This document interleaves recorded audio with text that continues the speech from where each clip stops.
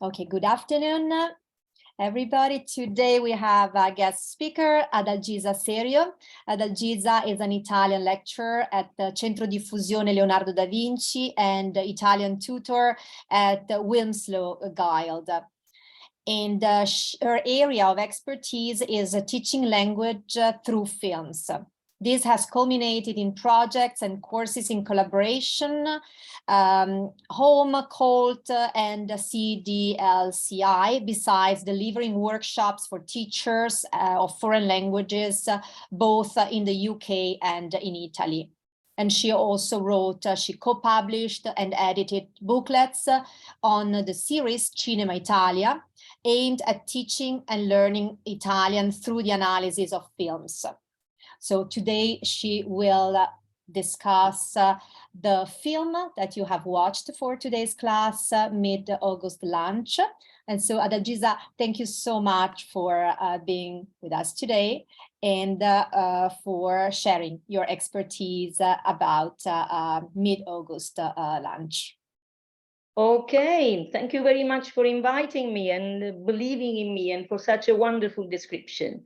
So what we are going to do tonight is a nice conversation. So there is nothing scary, you know, it's just trying to elicit a few ideas from you and some input from me, of course, about using the film to discuss about the situation of Italian family today, especially regarding children and elderly parents, and in particular, as you watched it in the film, when children have to care about elderly mothers.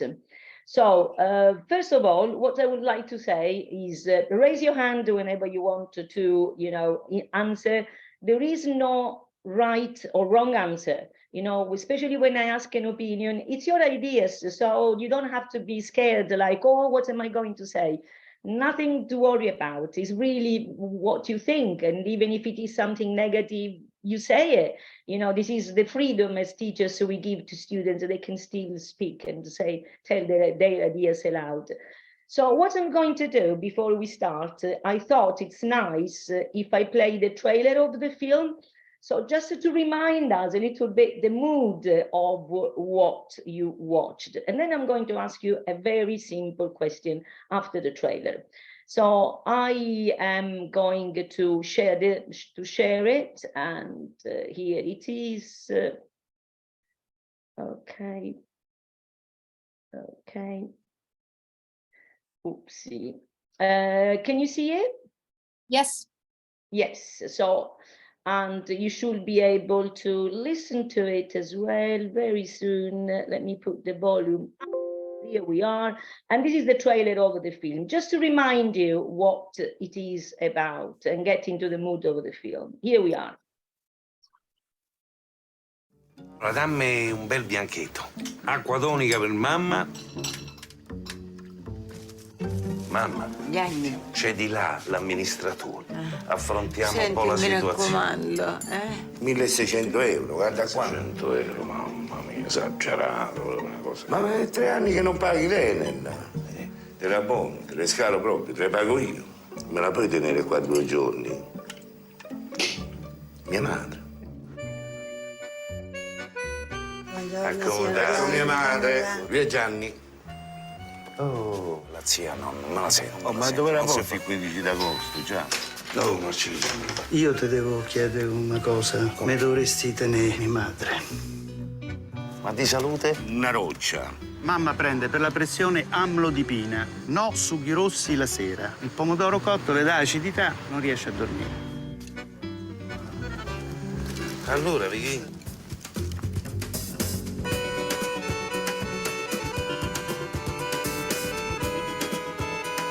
Gianni, puoi recuperare un pochetto la televisione?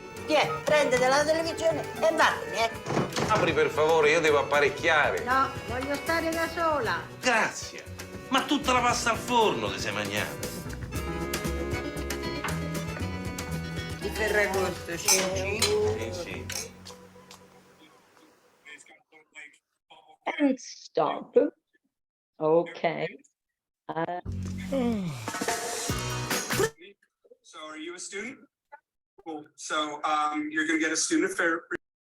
Okay, so this was the trailer of the film, and my first question is very simple because it is: did you enjoy the film? Raise your hand. Patrick, thank you. Yeah. Hold on. Sorry. Can you repeat that one more time? Patrick, nice to meet you. Hello. Hello. Can you repeat that one more time? Yeah, I just said, did you enjoy the film? Yes. What did you like about it? It kind of reminded me of I was over spring break. I visited my grandparents who are pretty old at this time, and it just reminded me of that time. I like what you said because I know it is about Italian family, but I think especially because you come maybe from different backgrounds, don't you? I'm glad you said exactly one of the points of the film. It is an Italian family, it is set in Italy, but how many of you were remembering about your grandparents and the relationship between your parents and their grandparents? So I'm very grateful, Patrick, you said that. Everybody else, have the courage, be brave. Did anybody did not enjoy the film? Some of you said that was a really waste of time. Don't be shy. Honestly, I don't get offended. I didn't do the film, so you can say it if you want to. So you all enjoyed it? Yes. Okay. So I'm going to share with you. So it was a simple question to break the ice and to start. So I'm going to show you a PowerPoint where there are a set of questions and information about the film, some funny facts about the film, and hopefully you're going to feel comfortable and free to participate in the conversation. So here we are, and let me share it. Okay, and are we okay? You can all see it. Yep. Okay.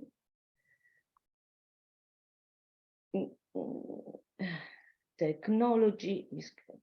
Okay, and stop subtitles. So this is mid-August launch, Pranzo di Ferragosto. The film was directed by Gianni Di Gregorio of 2008.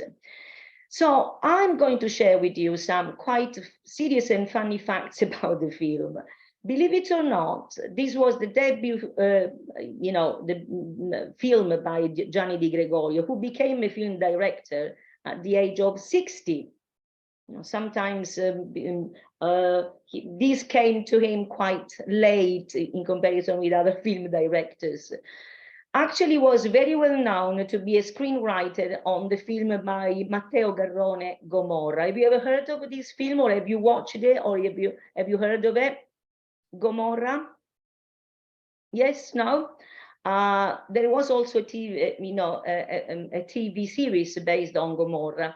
And because it was very difficult for Gianni Di Gregorio to find the money to produce the film, actually it was Matteo Garrone who produced it.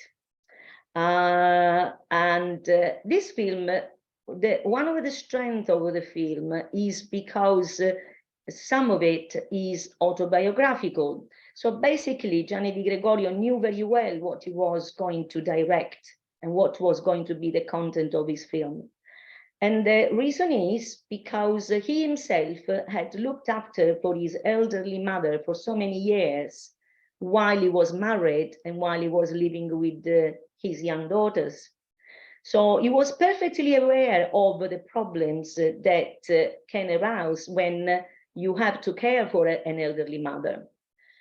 No money. So what the solution was, very little money. And why do you think there was very little money for a type of a film like that? I cannot see everybody, so please, Laura, if there is anybody who wants to answer this question, and it's why do you think he couldn't find enough money and producers to believe in this film? Is there anybody who would like to answer? Unfortunately, I can't see everybody. Okay. Is there anybody? Oh, Grace, brilliant. Grace, thank you. a film of this nature is kind of outside the typical scope that most Italian films cover, especially I think, it does cover a serious topic in the sense of it's very real to our day-to-day experiences, but I don't think that it fits that typical theme of serious topics that Italian films cover. I just think of Italian films as being like super dramatic, and this one, while obviously like there is drama, it's more of like the drama that we face on a day-to-day basis instead of this like really heightened drama. Fantastic, absolutely. It was the subject matter wasn't on the paper, in theory, wasn't interesting. Who in the era of effects, fantastic effects, sex, violence, contemporary themes, who on earth was going to believe in a film based on 4 old ladies and 1 middle-aged man, almost alcoholic, heavy smoker, and on the paper, nobody believed in the project. So one way of, overcoming the problem with the budget, with a very low budget, was that they really used what they could. So where the film was shot, that apartment is the apartment of Gianni di Gregorio, where he lived for so many years. It's in the typical district of Trastevere, one of the most beautiful in Rome. Have you been to Rome? Yes. Have you been to the district of Trastevere? It's quite unique, typical of Rome. And all the actresses, well, except himself, they are all non-professional actresses. Did you know that? You knew about this fact? So all those ladies was the first experience, and probably for most of them, except the one who interpreted Maria, the auntie, all the others were actually there just once, and that was it. It was the stardom of their life. And also in the film, basically a couple of people, the doctor and the administrator of the block of flats where they live, they are actually his friends. So they offer themselves to be who they are. He is really a doctor, and the other one really is an administrator of a block of flats. Now, why did he become, besides being the film director, why do you think he chose, well, he didn't, but he came to be the actor, the protagonist in the film? Do you know this fact, how he came to it? No? Okay. It is one of those funny anecdotes about the film. Apparently he was in the middle there looking for an actor to play the part of Gianni, and everybody, then he said, okay, let's get going. We need a middle-aged man. We need somebody who smokes, who drinks, who likes to drink, somebody who looks quite sad and depressed all the time. And he realized all the crew was staring at him saying, it's you. So why don't you do it? So, out of nowhere and not having planned it, he became, besides being the film director, he also became the main actor as a protagonist of the film. To keep a sort of realism, all the protagonists kept the name of their actress, and here they are: Valeria De Franciscis, Marina Cacciotti, Maria, Grazia Cesarina Sforza, which are the names of the 4 ladies which appear in the film. And the film, even with a low budget, non-professional cast, shot basically a home, what has been acclaimed for its humanity, its concern for family and the elderly in the current scenario of Italian society. It got so many prizes, at the Venice Film Festival. And when they arrived, because they arrived with a boat along the canal in Venice, and there were all the boats, bringing all the VIPs, the American stars, And suddenly, all the paparazzi, all the journalists, all the photographers abandoned the VIP and they suddenly moved somewhere else. And you know where they went? These 4 ladies had arrived, and all the cameras, all the journalists were looking at them, mesmerized by what they have achieved in this gem of a film. Okay, let's move on and let's do a few considerations. So this is where, you know, I sent you a few questions beforehand so that you had the time to prepare it if you want it or think about it. And the first was, I know you watched the film now, but before watching the film, what were your expectations based on watching a film based on Italian mothers and sons relationship? What did you think you were going to see? And I would like to hear from you. I'm going through to see if somebody is raising the hand. Did you have Claudia? Thank you, Claudia. Prego. We talk a lot about in this class about how like the mother-son relationship in Italy is like very much like stereotypically the mother is like very adoring towards the son, and it's a very like loving and sort of sometimes overbearing relationship.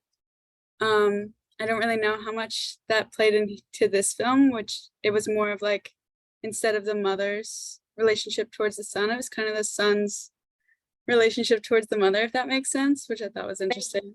Absolutely, of course it makes sense, Claudia. Thank you very much. Anybody else? What is chat? There is a chat opened. So mammismo. Yeah, we are going to talk in fact about mammismo. I definitely also thought it would be more focused on the mother babying the son rather than the son taking care of the mother. In fact, I'm so glad, Laura, your class is wonderful. You were worried that they were not going to take part, but look at that. It's fantastic. Yeah. Because when you take part, I teach myself, I teach in a 6th form school. So my age group is mainly 16, 18. And when they take part, it's so much more lively and there is so much going on. And I learn so much from you. You know, it's true you learn from us, but we learn so much from you when you take part in a conversation. And this is really good because when we are going to, I'm going to show you a few case studies and research on mammismo in Italy, being a mammone in Italy. We were speaking with Laura before, and I was saying it's not so easy as it is thought, and it is not such a simple answer as it is thought. So this is really wonderful to hear this from you. So, and also, obviously, the other question is, okay, you know, I love the fact you spoke about stereotypes. And unfortunately, advertisement nowadays on TV has increased, you know, nurtured even more this stereotype of the Italian family, isn't it? I mean, I don't know which advertisement you have in America, but here, for example, in UK, we are inundated with dolmio sauce. Do you have this dolmio sauce or something similar? You know, the tomato sauces Mama used to make. And so you have all these wonderful adverts over the Italian family, 15 mother, father, grandparents, children, 3 generations, all around the table. And so I think the advertisement are very guilty for, you know, portraying a type of family that, does it exist anymore? Is it still like that? Has Italian family evolved? So when you think of Italian family, okay, what do you think of? What have you got in mind? Again, I would, there is no right or wrong. It's what you have, what you think. Oh, Italian family, blah blah blah blah blah. So anybody, please. And let me see, I can, okay, I'll lower this to see. No, oh, that's a shame. But probably because but what do you think of a big, numerous family, big family, lots of children, and the children looking after the parents? Chat. Okay, here we are. I think of the nonna or making ragu and polpette every Sunday for everyone in the family to use in cooking throughout the week. Grace, do you have any Italian relations? I lived in Italy with a host family for a couple of years, so yes and no. Oh, so you did. Okay, fantastic. And I like again what you said. You're saying here, the mother. Making polpette, the nonna making ragu, the polpette every Sunday for everyone in the family to use in cooking throughout the week. There is something in the film. There are two scenes in particular in the film where who does the cooking in these? Who cooks? Who seems to be the cook? Is it the mother? Two new messages, great. The son, Gianni and his friend, so it's the man, very good. But while he's in the kitchen, drinking every now and then, smoking, health and safety is not really, and hygiene is not really something that Gianni is very expert on. But once he's in the kitchen, there is a lovely conversation with the auntie, Zia Maria. The one that keeps the one that keeps repeating always the same thing. Do you know which one I mean? And there is the only time when Maria tries to tell him how to make this pasta that he is preparing. Is it true? Do you remember did you remember the sequence I mean? But and poor thing, because she has been landed in Gianni's house, even the pleasure of cooking for the grandchildren, the nephew, has been taken away from her. And we are going to see this as well. Okay, well done. And obviously, this is my, the question where I provoke you a little bit. Do you think that these values, these stereotypes, how much there is left, or are now stereotypes? Is there something left of these values, of these family standards, of this way of seeing the Italian and portraying the Italian family? What do you think? And again, I would like your opinion on this, please. Hands or chat, you can write in the chat, don't worry. As the Italian family basically changed nowadays in the past, especially in the past 20 years. What do you think? Anybody? Okay, don't worry, I have the answer. Chat, that's great, thank you so much. I think it is still in the process of changing, but it isn't quite there. I don't think the stereotypes have changed, but I think that in reality the modern Italian family looks different, as people are not having as many children and women are working more outside of the home. Fantastic, absolutely, yes. It has changed so much. And do you think it has changed more in the north or in the south of Italy? I didn't send you this question, it's now. Do you think the traditional Italian family has remained more in the south of Italy or in the north of Italy, or it's the same really? Grace, please. I feel like you can't really make that comparison just because of the differences and nuances that already existed in the ways that family was conceptualized in the north versus the south. While there's still this underlying concept of mammismo and kind of the role of the mother in the family, it didn't exactly look the exact same. So even if they've both been changing, it might mean that they've changed to become more similar or dissimilar. And so I don't really think it's easy or possible to do a comparison on the ways that they've both changed relative to one another because they weren't starting at the same point. Because they were already like that. You said, you know, they were already very different, and you can't really talk about the difference between two things that were already not the same thing in the first place. Excellent. But as you said, you know, has the South in the meantime changed and getting closer to the model of the family in the North, which means less children, as you said, not living, you know, near the parents and near the family anymore for all many different reasons, or they still maintain this difference, even if the south of Italy, the model of the Italian family in the south of Italy has changed a lot recently. And Grace, you are right. While we are moving, you know, and not being the family we used to be with the 12 children, 7 children, 9 children, but certainly the gap is smaller than before. Okay, and I'm going to show you now. Okay, sorry about that.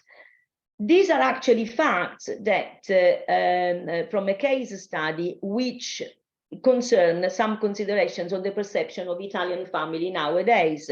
I told Laura, if you're interested in this topic and you're doing researches or studies, I will send a PowerPoint with also the links from where I took these articles, because I took just the glimpses, but they are much longer and they are really interesting with facts and statistics about it. Obviously, la famiglia is the most important aspect of an Italian's life. As we know, it provides emotional and economic support to the individual and often forms the basis of their social circles. And this is still true. Italian families on average have become smaller in size, as you said, over the past few decades as the fertility rate has declined. The fast economic pace in the 21st century has also changed the family dynamics. One parent is often available during the week to the commuting long distances for work. There may be also less contact time with the extended family and children fleeing abroad. Question: children fleeing abroad.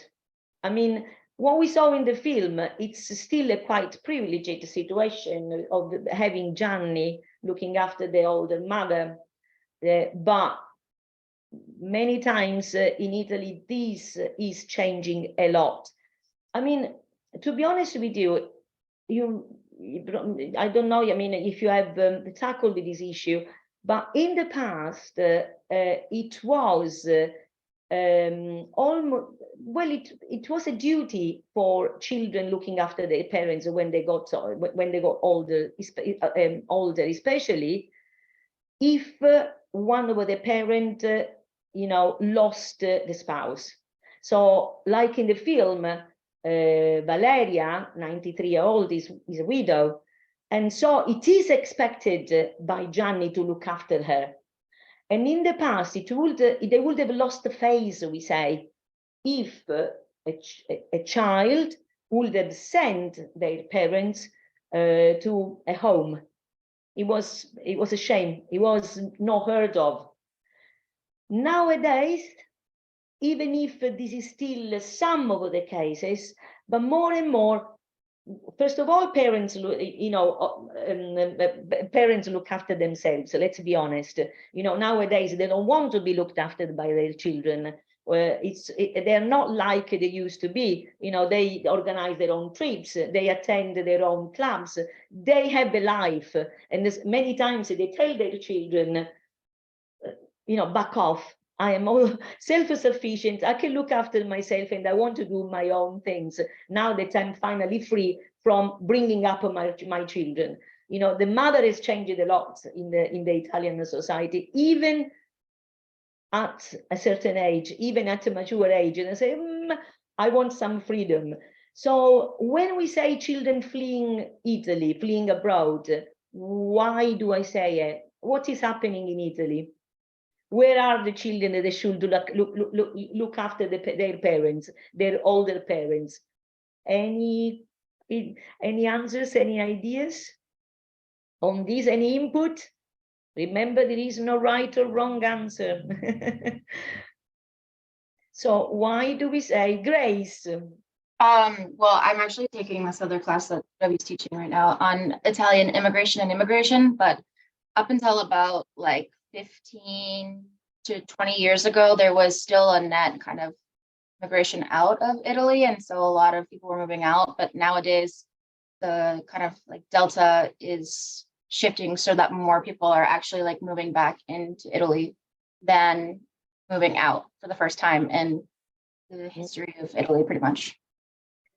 This is true, but even recently I read another article where unfortunately the number of even if there are young people coming back to Italy after they have left Italy for studying or whatever, but the number of young people with qualification leaving Italy is quite very high.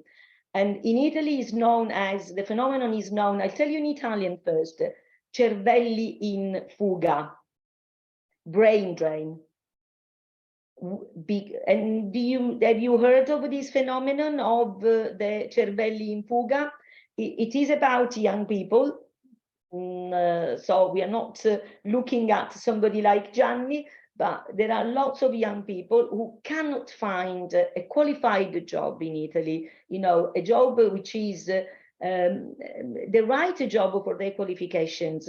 And so with a degree or with a diploma, but many of them have got a degree, they leave Italy because they cannot find a job which is adequate and the ones they deserve according to their qualification. So this is another problem that has come into who is going to look after the older parents, who is going to look after the mother that has left, that has remained a widow because of the new economic situation in Italy, which is quite dramatic at the moment. But whether they leave Italy or not, the relationship remain within the family really close.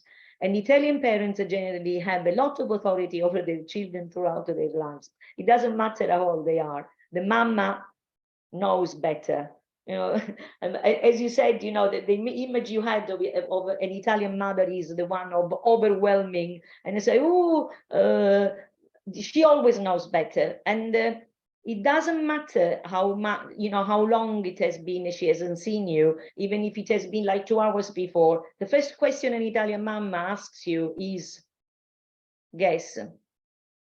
When I say, Mom, hello, Mom, how are you? I say, oh, ciao. And then the question is, chat, oh, good, 2 answers. Oh, brilliant. How do you know? Have you eaten? That's the first, this is the first one. Oh, and it doesn't matter. You look always thin. You always look too thin for them. Hai mangiato? Have you eaten? Come. And this is the first approach. Food is always the one that has kept us going. So most Italians, it is true that they seek autonomy and independence, but due to the economic climate, many stay at home for years into their adulthood. We then move into mammismo. We are moving into the mammismo. Indeed, Italians leave their parents' home at one of the highest stages in Europe. Even when children move away, family ties are still very strong. So, and we go to the next question, which is, okay, there are some more facts about the fact that there is lots of respect for elderly, and this is what I told you before. That residential care is avoided unless the family has no other options, and even then nursing homes are often viewed negatively, and elderly Italians can resist being placed in one by applying moral pressure and guilt on their children. This is still very, very strong. Okay, mammone. I know you know a lot about mammoni. So we said that Italy is one of the highest rates. First of all, okay, I'll let you speak. A mammone. Who is a mammone? And is there a mammona? Mammona is a female. So there are 2 questions. Question number 1, who is a mammone? By definition or by what you know? Anybody? There we are. Oh, I thought this was easier than the previous questions. Mammone, translated in English in mommy's boy. No, come on, don't disappoint me. I thought that, on mammoni they will tell me so much. Okay, first of all, mammone, is he a male or a female? Is he a chat? Okay, male. Amanda, thank you, Amanda. Do you think there is a mammona, an equivalent of a female? Yes, no? There is no right answer, as I told you. Yes, no? Laura, is there a mammona? I would say more and more, right? Compared to what we had in the past. I think that Before we couldn't wait to leave the house. And the problem is it's too comfortable, and also the other reasons.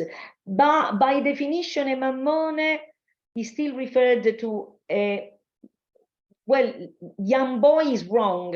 Is the definition they give here in English or in Italian, in English articles, is young adult. So a mammone would be a young adult. Age. So which age do you put the mammone in? Do you set the mammone in? And until what age do you think they stay at home, or they can stay at home? You can answer in the chat, yeah? Remember that. From to. Oh, come on, just if you tell me, oh, bravi, I love it. I feel early 20s to when they get married. Very good, early 20s. And when do they get married? It's a good, when they, okay, there we are. 30s, Daphne, more. More than 30s. We are recorded, I know that, but I'm speaking in English, so my family will not understand. They don't speak English, so I'm okay. My nephew is a mammone. He's comfortable at home, poor my sister. But should I tell you his age? As I said, it's recorded, but he's not going to watch this video. Can I tell you his age? Okay, there we are, chat. I feel like a true mammone will live with both his... interesting. I feel like a true mammone will live with both his wife and mother. Very interesting. No, my nephew is not married, and he happily lives with his mama. He's 52. Even if we keep pushing. So yes, a mammone is okay. There is a lovely picture here. I hope it comes out. Here it is, a typical mama feeding the child. Mangia, you're too slim, you're too thin. And I was telling Laura, if you have time about this phenomenon of mammone, there is this wonderful film called Caro Diario, Dear Diary by Nanni Moretti. And one of the episodes, which is Isole, Islands, it is fantastic about the dynamics of Italian families moving towards the new portrait, the new example of Italian family, where both the parents and the mother especially sound and look so hysterical, not being able to cope with the children that are growing. And this photograph, I love it, because they are all sleeping together with their teenager son. He's about 16, that is destined to become for sure a mammone. So here again, a case study on mammone. It is called the Italian Status on Children, Attitudes and Constraints, and those are the authors of the article. And it explains that an unusual characteristic of Italian young people is the fact that they continue living at home with their parents for so long, affected by that which Libby Bacci has called the postponement syndrome. The average age at living home has increased in most Western countries, but the levels reached in Italy are amongst the highest in Northern Europe countries and the United States as well, it seems. Italian young people always seem to adopt adult behavior later on. They don't grow. The Peter Pan syndrome. For example, as regards to finishing their studies, they postpone everything. And in the film, Gianni keeps saying, you know, everybody that somebody says, what do? Do you work? He has always the same answer. Do you remember? I know I've seen it so many times. I can almost do the parts of everybody now, reciting it by memory and by heart. So I'm asking too much. But this is what, you know, postponing things. Every time somebody asks Gianni, what do you do in your life? His answer is, I care for my mother. I am a carer. But do you work? No, I can't. How can I? Look, I'm 24 hours looking after my mother. And this is where the discussion later on, I would like to ask you, is it an excuse? Is it really like that? Who needs more? Whom? Is it the son needing more than mother, or is it the mother that can't let go her child, her own child? So this is the syndrome of the young Italian staying at home for longer, postponing everything, leaving home, settling down, starting a family. All these factors have a significant influence on demographic processes, causing a postponement of the stages of adult life. They marry later, they finish studying later, and until they finish study, they say, well, I can't get a job because I need to finish my degree. Then when they finish the degree, I can't get a decent job. If I don't get a decent job, okay, they might have a girlfriend or a fiancé. We cannot get married. We cannot get a house. So it's all postponing all these, you know, getting adult, getting responsible, settling down as a family.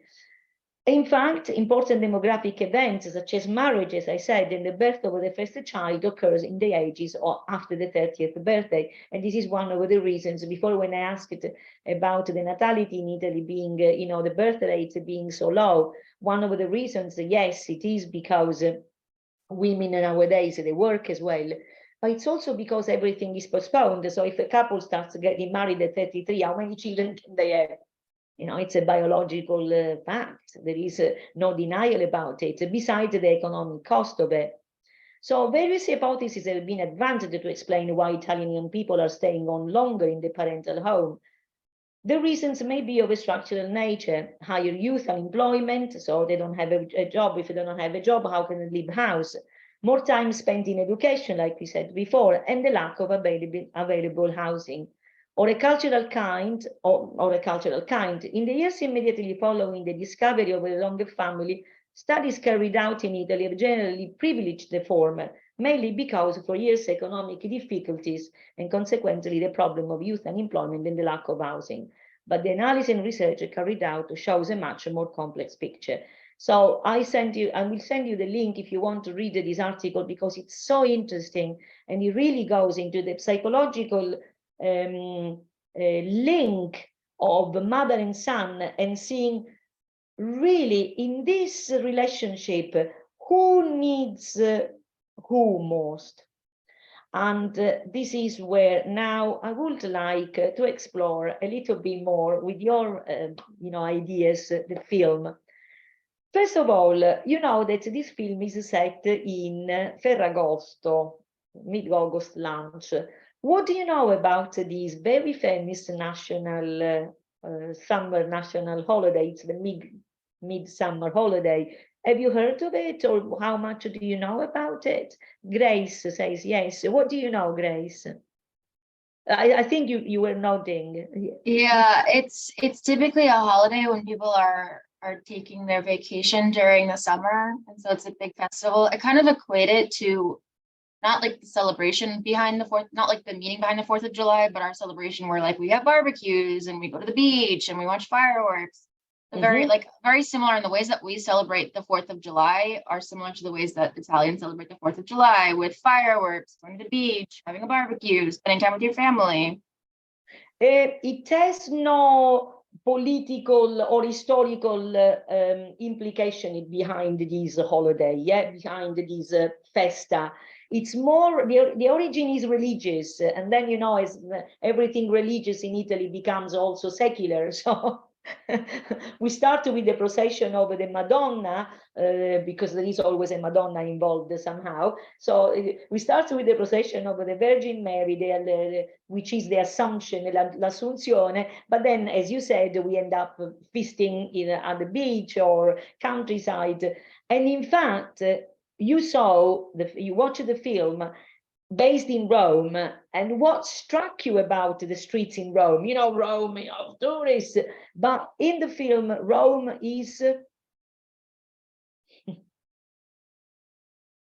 appears to be, the streets of Rome and the shops appear to be chat. Lovely, I love the chat. It's empty. Like you never see Rome. In fact, at the beginning, at the very, very, very beginning of the film, Gianni, who is passing by and with his friend, the Viking, il Vichingo, as he calls it, the nickname, says there are the tourists passing by. You know, the only people in Rome, the 15th of August, are tourists or people who have nobody to spend the Ferragosto with. Why do you think Di Gregorio, bearing in mind that the film is also about the care of elderly parents, why do you think he has chosen this festa, this Ferragosto, as a background of his story? Do you have an idea, or would you know, what's your opinion about it? Why has he chosen this? What he wants to show us? Because, you know, the film is based on a problem. Since the start of the film, there is a problem. Not for Gianni. Gianni is at home. Gianni is at home looking after his elderly mother, Valeria, even if she is so petulant, she's so overwhelming. Gianni is there. Gianni is a rock. Gianni is there. But the problem is where? And this is where, you know, some of the myths about Italian family starts crumbling a bit. Any chat? So I repeat the question. So the question is, he has chosen Ferragosto to make a point on something. In fact, you see nothing of Ferragosto itself, don't you? In the film, there is nothing about the actual festivities there. The only thing you see is empty streets, closed shops. Even organizing the lunch for Ferragosto has been an ordeal. He had to go down, you know, the river to buy some fish.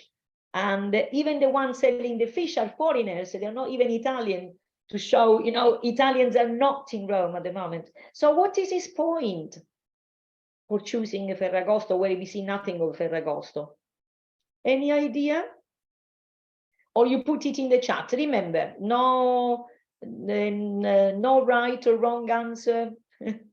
Okay, don't worry about that. Okay, I'll tell you later. So what is the problem, though, at the beginning of the film? That Gianni has been landed with whom and why?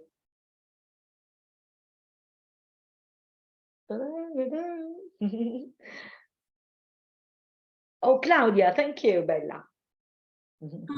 He has to like take care of his, I think, like landlord's mother for a few days, because he can't pay some of his bills, so the landlord is offering to like waive the— That's blackmail, isn't it? Yeah. That is blackmail. You know, if you do this, if you do me this favor, in exchange, I will erase all the debts, all the arrears you have, all the utility bills you haven't paid. Very good.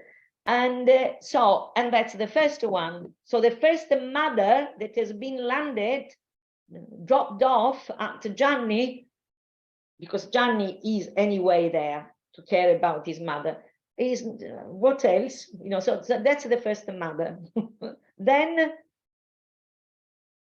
is she the only one landed there?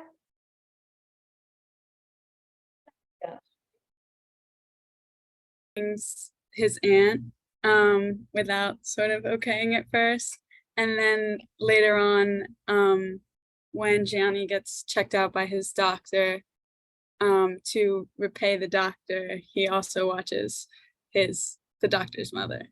Very good. So what does this say about the Italian families? Okay, Ferragosto, everybody wants to go out, everybody wants to have fun.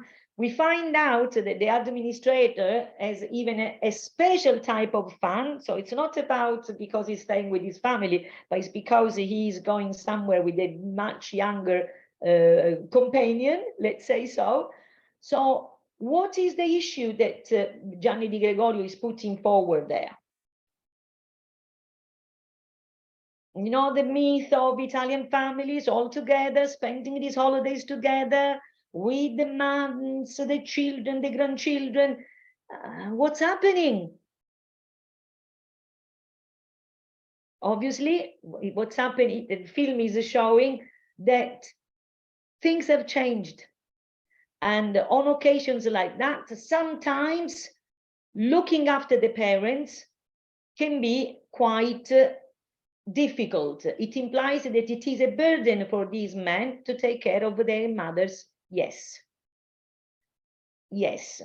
And they are landed there, especially, I don't want to give you, I mean, I don't want to say which one is the one that to me is very frail, and she is the weaker of the four. I hope you say this later on, but absolutely yes, this is what it is. You know, that it seems that the famous mother-children relationship sometimes it can be a burden, especially on bank holidays or national holidays. All these romantic view is not always there. So the idea behind the film is very good, and this is Gianni Di Gregorio himself speaking. Who was going to like a movie about four old ladies in a flat? I am the only son of a widowed mother, and I lived with her whilst I was married for many years. One summer, the condominium manager really did ask me, so this really happened to him, to look after his mother for the August bank holiday. I refused. But I wondered what would have happened if I had accepted, and that became the script for mid-August lunch. So it came from, you know, an idea and saying, what is happening to Italian families nowadays? This was one of the questions I asked you to observe this screenshot. It's really the last scene of the film. And what, you know, to make your considerations about the family social dynamics, which this shot inspires. Again, we don't need to be film critics, so don't worry. But what do you see there? Do you see a family there? A surrogate family. Do you see a family there? Well, any input? Oh, Aida, hello. Do I pronounce your name right? Yeah, it's correct. It's Aida, yeah. Aida, sorry. No, not at all. Aida, so Aida. Oh, thank you. Very similar though, yeah. Aida. No, it's not necessarily just about this last picture, but I just wanted to put a general comment about the entire film. I would love it. Something that it reminded me of while I was watching it, that I don't think many people in my generation or my age have ever watched or really know, is it kind of reminded me of the Golden Girls. I know it. Yeah, you know, yeah. So I when I was growing up, my mom used to watch that a lot, and I would watch it too. And so it reminded me of that. And it's a little bit of a different situation, but I think so that became a very popular show as well, you know, in the 90s in the US. And it literally, the topic is literally about, you know, 4 women living together who are in their, you know, 70s, 60s. And then the mom actually in the Golden Girls is from, you know, Sicily. And so it's, and then they live together, like she and her mother, Dorothy and Sophia, live together. So, and I think that that show was also revolutionary in the sense that people also thought, you know, who is going to like this? When we put something like this out there, it's about 4 older women living together alone. But then it became so popular, and it showed how they like lived their own lives, and they still had, you know, like boyfriends and partners and things like that. Yeah, exactly. Oh, you confirmed what I said before. You know, the older generations today, they don't want to be treated as older generations. Right, they want exactly. independence. Exactly. And From so the children, from the children, sometimes it is, you know, they have had enough. And in the film, they are, as you said, they are very different for ladies. They're all mothers, but they are all very different in the way they relate to their children. And finally, for some of them, this is their freedom moment. Yeah. It's their holiday.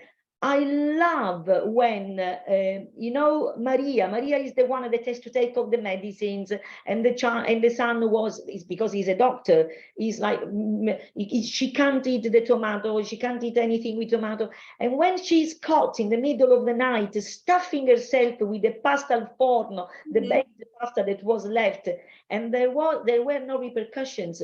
It's her scream of freedom from these children who are overwhelming. Yes, exactly. And that's what it reminded me of, because the roles are very much reversed. When you get older, your children kind of parent you, but it can feel kind of too much overwhelming, and too much, you know, babying to the mothers. And I thought it was really interesting when Marina goes and she goes out to smoke and drink, and so it's kind of like when you're a teenager again and you do that, and then your parents are you know, cross with you. But I think what you said in the beginning about it being about an Italian family or Italian society, but how it relates to other cultures is very true, because my family is Turkish, and I relate to it a lot, because it's the Mediterranean is just so similar, and I think And so the thing about the retirement homes and the nursing homes is so true, because it's the idea is that because the idea is that your parents, you know, you raise you, sacrifice things for you. And so the idea is that like there's such a reverence of, you know, the older generation and parents and grandparents and stuff. So the expectation is that you as like a good son or daughter are the ones to take care of them in their older age, right? So it's kind of the same thing, where I think there's a part of it that's good also. I don't completely view it as a negative thing. Like when I was watching the film, it wasn't completely uncomfortable for me, because I think it does show how bonds are close compared to, I think people in Italy or maybe, you know, other countries look at the US and they say, wow, you know, look at what they do with their parents and how they only see each other, you know, maybe for Christmas or maybe for Thanksgiving, you know, because they go apart at such an earlier age. And the expectation here is that people leave the house so much earlier. Whereas, you know, in Italy and, you know, Turkey and lots of other countries, it's very common for you to stay at home until you get married and all that stuff. So it's just a bit of it's not necessarily right or wrong, but that's what it reminded me of. So it's the sentence I've been repeating so many times throughout the session, saying there is no right or wrong answer. It's also perception, and it is also relating the situation you watch in the film. I'm so glad that sometimes you're relating to your own reality and to yourself. So brilliant. Thank you. Most of these questions were really referred to you, and I will be looking at the watch now, so we go towards the end. As we saw, the film lightly tackles the issue of how Italian modern society has changed in terms of the parents and children relationship, and you gave us such wonderful input about that it is both ways. You know, sometimes it is the children depending on the parents, but it's also the other way around. And the film presents 4 examples of women and mothers quite different from one another, and yet they all have something in common. Explain. Ida was very good, you know, already talking about they are so different from each other. And anybody else who wants to give an input on these specific aspects? There are 4 strong women, there are 4 mothers, and how they react to how their children treat them. Even if we see Valeria as the main one, because we see Gianni more than the other children, but we can have an idea of the type of children the others are towards their mothers. Any input about this? Also in the chat if you want. Okay.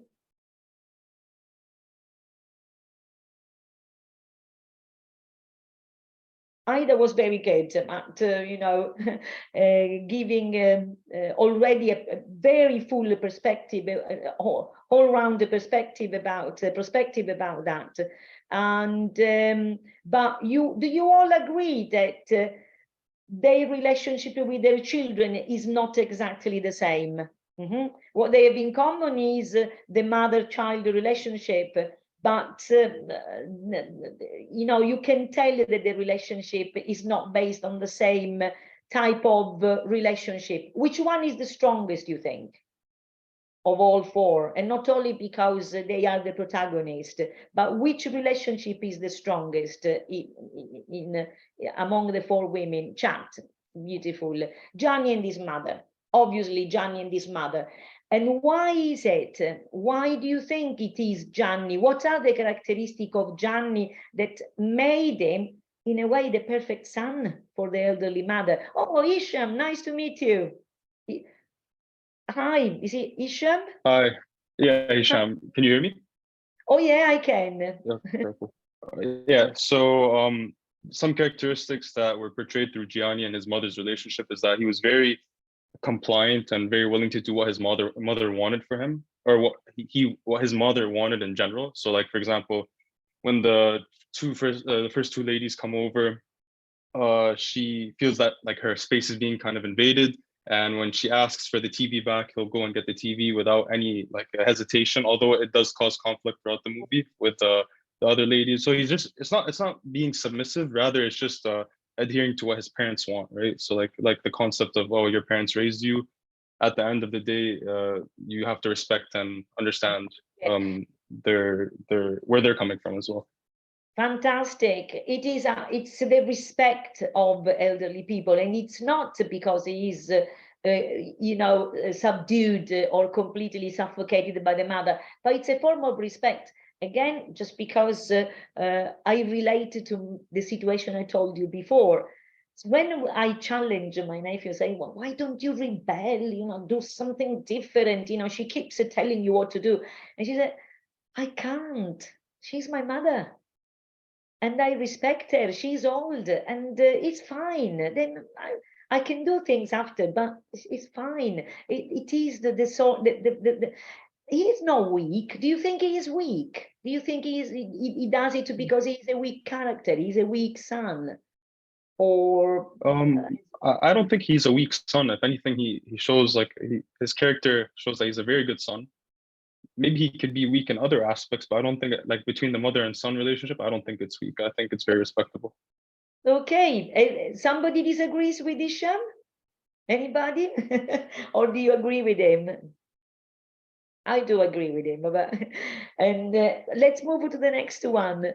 The main relationship of a mother and son developed in the film is the one between Gianni and his 93-year-old widowed mother. Gianni comes out as the typical Italian mammone. Actually, if he had been younger, he would have been defined as a NEET nowadays. Do you know what NEET stands for? Have you heard of this acronym? It's the definition of young generation today in Italy that are not in education, employment, or training. So they are in this type of limbo situation where they still live with their parents because they cannot leave the house, but they are not in education, so they are not studying anymore. They are not in training. They are not. So Gianni would have been a NEET if he was between 20 and 30. Now he's simply a mammone who, for many reasons, he hasn't left the house. In fact, this is the next question. Why do you think he has reached this mature age and not being able to detach himself from his overwhelming mother? Let's imagine this scenario. How did we end up there? How did we end up having Gianni at almost 60, living with the mother, not working? There is no right or wrong, This is especially Claudia. I think it might have a lot to do with the fact that his father died. I don't know if they say when, but especially if it was early in Gianni's life, then he would have felt more responsible for his mother. Very nice. Yeah, very good answer. He felt he was, but then the question comes, if normally, if you take the place of the father, if you replace the father figure, so you become the breadwinner of the family. Here we see that the only money coming in is probably the pension from the mother, and now your answer is very good, but at the same time we suspect is he lazy? Does it give you the impression of being lazy, and that he hasn't been able to find a job? Because, you know, he's repeating constantly as a justification, why don't you work? And his answer is, I do work. I look after my mother. I can't. He always say with his hands in Italian, e come faccio? How can I do? How could I? You know, my mother, who is looking after my mother?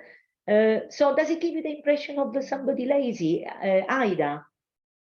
Well, to be quite honest, I didn't really feel like, you know, the relationship with his mother was, you know, she was so controlling or anything like that. I didn't feel like it was that, you know, unhealthy. However, I feel like it has become, even though it is true now that he does have to look after his mother, like you were mentioning, how he always mentions it when people ask him, you know, what he does or if he works or something.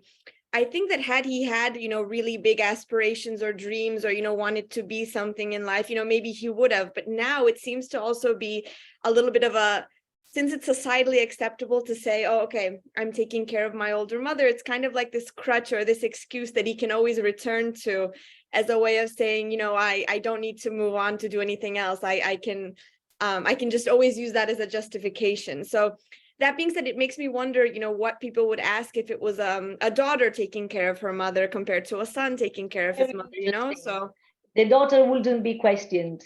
Right, yeah. But maybe they would ask her why she wasn't married or something, you know? So I don't know, but very interesting. If the daughter doesn't work, and because looking after the mother, it wouldn't be an issue. For the man is different. For the male child is very different. It is true. It is absolutely true. The reason why I'm asking you this, it's only because in Italian the perception of mammoni is split.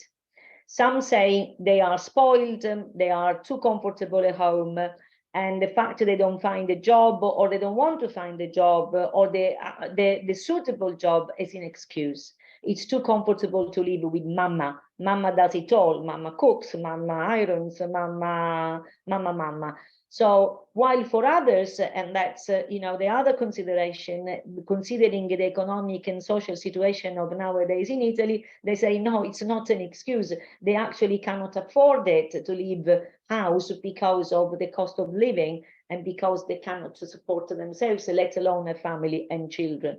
So Italy is split into these two views of spoiled or a necessity. Is it one or the other?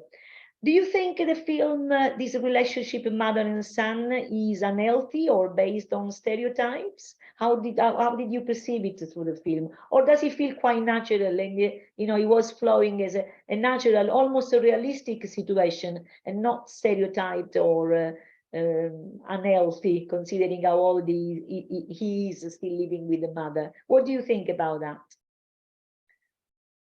It's last question, and we are done. did you find, you know, it was a film full of stereotypes, or does it feel realistic? Did you feel realistic? On the contrary, what did you, it's your perception, again, not right or wrong. And yeah, we are not here, I'm not here to judge. I'm not saying, oh no. Anybody? Hisham, thank you. Yeah, I felt it was very, I guess, realistic. I Oh. felt like the message wasn't trying to be forced upon to the audience. But at the same time, I do feel like the general overview of maybe like Italian men could be that they are like, I guess, mama boys or whatever in general. But at the same time, the film was very realistic and very, it wasn't forced. Yeah. Basically. Oh, thank you. I'm glad, because I feel the same. And the more I watch it, and I laugh before things happen, because I know what's going to happen. So I start laughing already, and people look at me like I'm crazy, but it's okay. I'm Italian. I can be crazy. You said before the Golden Girls, and you know, and you imagine these four ladies, and these four old ladies with the different idiosyncrasies, and they are also different from each other. I want to finish with a fun fact. It was a nightmare to direct these four ladies. Gianni Di Gregorio said in an interview, because he said in real life they are exactly as you see them on the screen. At one point, they told me what I needed to do. And you know, and while he was answering to a journalist from the BFI, which is the British Film Institute, and he answered, at one point, I screwed up with the script, and I said, do what you want. You know, lots of it was really being led by these old ladies. That he was remembering living with his older mother and two teenagers' daughters. They become children again. When you said Marina, she has these whims. I want the TV, and then no, I want the TV back. I want the chamomile. And he was like reliving. It was for him seeing the teenager daughters and his older mom behaving the same, even if they were decades apart from of age. 2036, Laura, how is it? Excellent, excellent. Thank you so much, Adalgisa. Thank you so much for this informative and interesting class, and also for sharing some fun facts with us about the film. So I believe my students might have other classes to join now, so I'm sorry we don't really have time for further questions, but we will keep in touch. If we have some further questions, we will let you know. Thank you so much, Adalgisa. Thank you, the class, for taking part in it. So it was wonderful. I really loved it. And it was very nice to meet you all. Ciao. Thank you so much. And please share the PowerPoint with us. I will send it to you. I will upload it on Blackboard. Baci, baci. Thank you very much, and see you next week for my students. Bye.